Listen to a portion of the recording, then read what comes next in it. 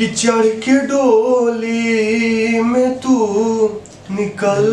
जाइबू, कि चढ़ के डोली में तू निकल जाइबू, पियवा के प्यार में पिघल जाइबू, कि चढ़ के डोली में तू निकल जाइबू, पियवा के प्यार में पिघल जाइबू, कि कैले बाड़ू छाल फल पैबू, कि कैले बाड़ू छाल फल पैबू, ऐसे बदल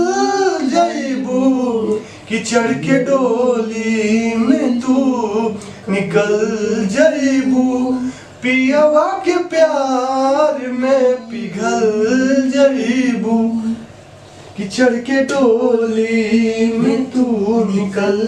जाइबू, कि चढ़ के डोली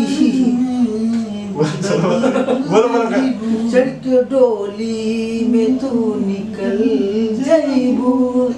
पियवा के प्यार में पिघल जाइबू, से अब एक काम कर मरहाल का बाबा अरे कैले बाड़ू छाल फल पैबू, कि कैले बाड़ू छाल फल पैबू, दुनिया से चल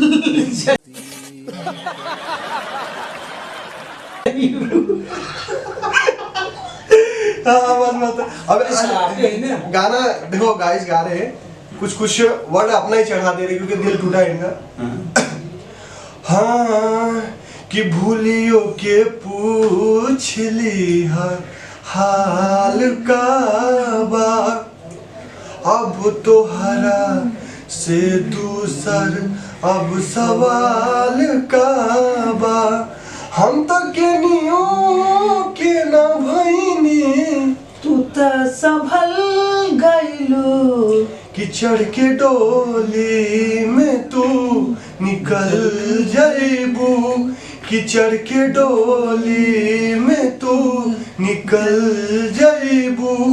पियवा के प्यार में पिघल जाइबू, पियवा के प्यार में पिघल जाइबू, पियवा के प्यार में तू पिघल जाइबू। नहीं बताओ क्या होगा, बात तो सही है, इधर भूल जा तुम ना कर अभी कि चढ़ के डोली में तू निकल जाइबू, चढ़ के डोली में तू निकल जाइबू, पियवा के प्यार में बदल जाइबू, चढ़ के डोली में तू निकल हमारे झाटू भाई जुआ के प्यार में पिघल जाइबू। अब देख हम गाना बनाते हैं। हाँ कि दिल टूटल बाटे सनहिया के प्रीत में, राजू भाई संगीत में हो, कि दिलवा टूटल बाटे दूसरा के प्रीत में,